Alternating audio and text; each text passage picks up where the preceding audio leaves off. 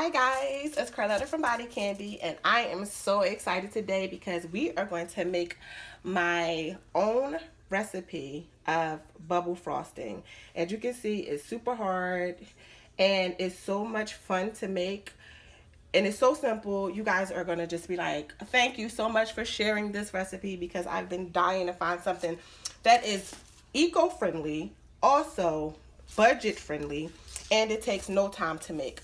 So, as you guys know, I've been decorating my Easter bunnies here, and I've already started by putting on some little gold eyelashes that I've created using Stardust Mica's gold mica.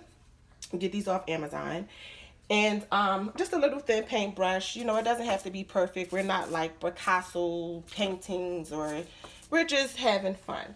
But to save time, I already put the eyelashes on, and I really just want to get to this frosting. So guys, look. Basically, what I have in here is baking soda. I have 79 mils of baking soda, which is 1/3 cup. And you want to start out really small because the mix tends to grow as you add in your liquid. So keep that in mind. I also keep another extra mini cup of baking soda because sometimes if your mix is too wet, you have to add in some more baking soda to kind of even out the dryness. Also, I have cornstarch here, which I've already added to my mix here. And I've added 5 mils of cream of tartar. I'm sorry, of cornstarch, y'all. Don't trip. But listen, the magic in the bubble frosting for me is the cream of tartar. Cream of tartar is the most expensive in all of the products that you get, but it is the most necessary product that you need to get these hard but very detailed frosting designs. You want to keep your design nice and neat, and you also want them to stay hard because when you ship them, you don't want them cracking. You want them to be dropped like that, the way that, you know, the post office usually drop your crap, your stuff, and you don't want it to break. So that's the secret. Cream of tartar can be quite expensive. For me, I go to a market where I can actually buy it in a bag, and you know I can just weigh it out. So that is an expense to me that's well worth it. You will never be disappointed. But you know, cornstarch you can get for like 99 cents at the dollar store, and you know everything else is just pretty much, you know, price friendly. So also you're going to need your liquid, and this is cocoa betaine. You're going to need this. As you can see, I went through this whole thing. I like to have it in a little sprout bottle where you can just literally measure out without it spilling all the way over, because this is another item that it's not pricey, but you want to be careful because, again, you add too much, you got to add more powder. You add too little, you got to add more liquid. So I'm going to give you guys an idea of the consistency so that you can make a ton of frosting with just a little. And basically, guys, you got your color, whatever color you want. You can use any color mica that you want. And you need your balm. I have a flat one here.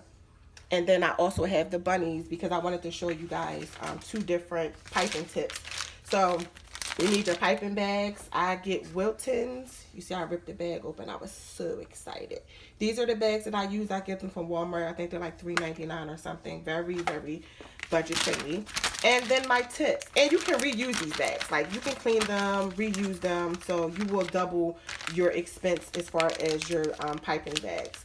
And so I have a 4B Wilton's tip here. As you can see, I know it's kind of okay, but that's not the tip I always use. My favorite tip is actually this tip, and I actually bended it in a little bit more because I like it to be a little bit more detailed, and that gives me this design here. So this is a Wilton's 1B. Wait, no, is it 1B? That's my favorite tip. Sorry, 2D. Wilton's 2D tip. Can you see that? 2D tip. I love Wilton's. Wilton's my favorite, but you can get any brand, you know, whatever. All right, guys, enough talking. So you get your bag. This is a brand new bag. for video purposes. And you just take it and you cut off the tip. Some people measure it. I've been doing this for so long. It just, you know, it's a little easier for me. But even then, sometimes it's not measured right. But the idea is to cut off a little bit at a time. Put your bag through and then you go from there. But basically, it's just as simple as that. I twist my bottom and I create my own little piping little holder here.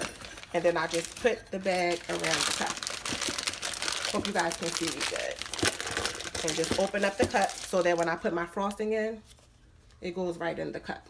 Okay? So if you're a baker, I'm sure you already know that, for my baking ladies out here. But if you're not, you do some practice. All right, so I'm going to add in my cream of tartar. And like I said, you want to be very like you want to be, not you want to be really careful about your cream of tartar, because you want to add enough to make your bombs really hard. And if you don't add enough, your bombs may take longer to get hard, or you got to work really fast. So, but with this recipe, you don't have to work too quick, but you definitely, you know, you definitely have enough time to pipe as many as you want, but just know after a while with the powder and all, it starts to dry up.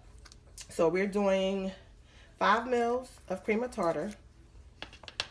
Well, actually, I think I'm going to do 2. If you do like 2, like I'm doing now, guys, like the more cream of tartar you add, the faster it dries. So I might just do 3, just for the kick of it. And when you do it like that, guys, guess what? Your frosting is dry the same day. I swear to God, I literally frost something like an hour, and then the next 2 hours, my frosting was completely rock hard. It was the craziest thing ever, which led me to know, you can stir this all in, that is the cream of tartar, baby. Like, you're doing all this extra stuff. Oh, I need the cocoa butter. I need this, the oils. Wow. Listen, you don't need all of that. Now, it's a personal preference. You can add it, but I don't do all of that. I just try to stay as basic as I possibly can so that I'm able to, you know, keep it simple. You don't want a whole bunch of riffraff stuff going on. That stuff stressed me out. When I was starting out, I was stressed out. I'm like, I was up all night trying to figure out how I'm going to make frosting, and my frosting wouldn't get hard, and then I was using sugar, egg whites, and all of that. It was just too much, and it was very expensive. So basically, we're not doing that. It's 2021, baby. We upgraded. So we take some coloring, put it in. And now, depending on how deep you want your color, that's how much you add in. But you only know, you know, what your color levels are as far as your micas. I know Stardust micas, you don't need a lot, but also for this project that I'm doing, I don't need a lot of pink, because it's, you know, I want to just keep that pastel kind of color, because like with my bunny noses, the colors are kind of dark, as you can see. It's a little more darker, so you just want to stay in between. All right, guys, so you keep stirring it around until you get all of your mix together incorporated. This is taking me a little while. My camera is turned some kind of way where I can't really get in there good, but you guys get it. Boom, look. That's all you do. Then you take your squirt bottle with your cocoa betaine, which I get off Etsy. I have to put my supplier down. It's like amazing. And you squirt some in. Okay? It wets it up. You do a little judge on it to see how you feel about it. And then you start to mix it up. Mix it. Oh, shoot, I'm making a mess. You mix up your mix. And it's kind of, I do it in a cup. I do everything in these plastic cups because I hate cleaning. You want the consistency of real icing, to be perfectly honest, ladies. You want real icing consistency. So it starts out really powdery, and you think, oh, it's powdery, I need to add some more. But you got to be careful, because sometimes it is actually not as powdery, and it needs to be stirred up some more. But for me, I need to add in some more. Just a little bit more. And I'm going to use my little stick here and stir it up. Keep going. And you can do this in your mixer. It's actually fun to do in a mixer. I don't like some things when it's a little project, guys. You know, I tend not to. It's like if it's a small project, I do it in smaller containers, smaller batches, because it's just a bunch of extra product for nothing. You know, you try to eliminate cleaning. If you're a mom, nobody wants to be cleaning up all the time, and I sure don't want to be cleaning all of the time. So you mix it up and see, it's kind of dry. Matter of fact, I'm going to put this in a bigger bowl so you guys can see what's going on here. Let me wipe this out. I'm going to put it in something a little bigger. Oops. Okay. All right. In a bigger mixing bowl, because I want to be able to smush it down, and I want you guys to see the consistency of it. Still powdery. You see? Still kind of powdery. So you add in some more, just a little bit more. Because like I said, you want it to be pipeable, but you don't want it to be too wet, so it takes like a long time to get the consistency that you may want. But you want it to be just like real icing that you would have from like the store. And see, now this is pretty good. And you're like, oh, I can just stop here and pipe this. No, no, no, no, no. You keep stirring. I'm gonna back up here and come off camera. Just keep stirring it up.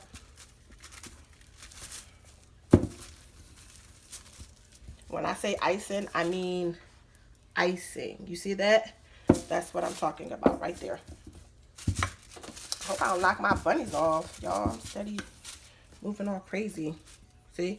And that's actually a little more wet than I like it to be. So I'm going to add a tiny bit more of baking soda. And that's what I'm saying. You just keep everything on hand, because you never know if you might need to add some more powder.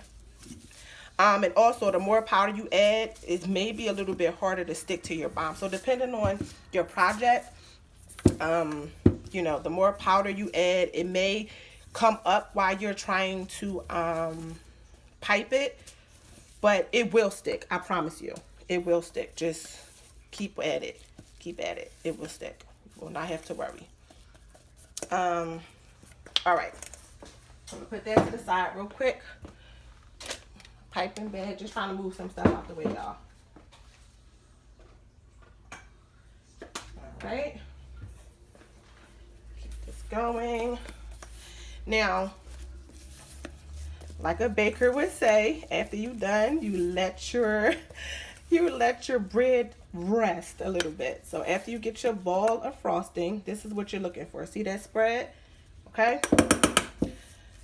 Seems like it's taking forever to get my consistency right, but just keep moving it around and you will achieve what you're looking for.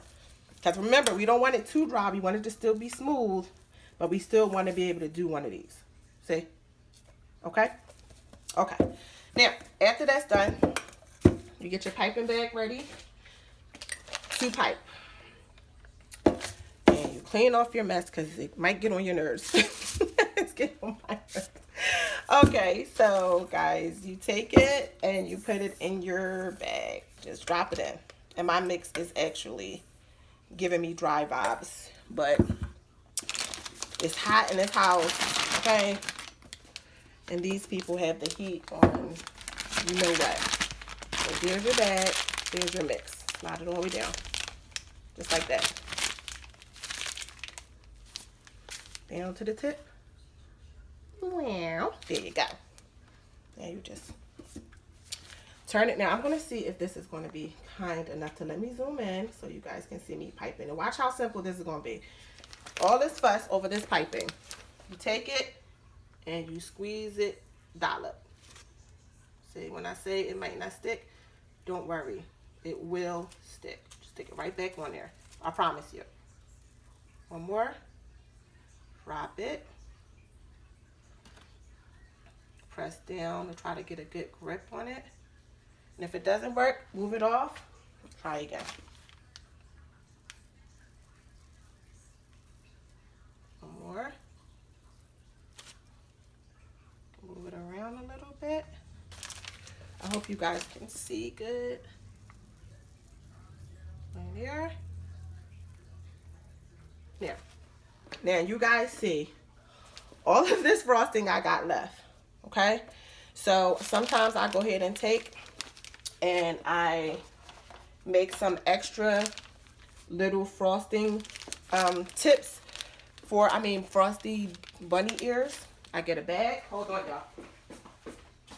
Let me get my Ziploc bag.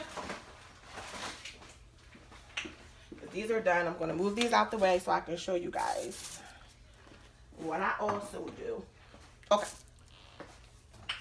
So, you get a plastic bag, but you need, like, for real, I would say, what is it? Freezer paper is another good one.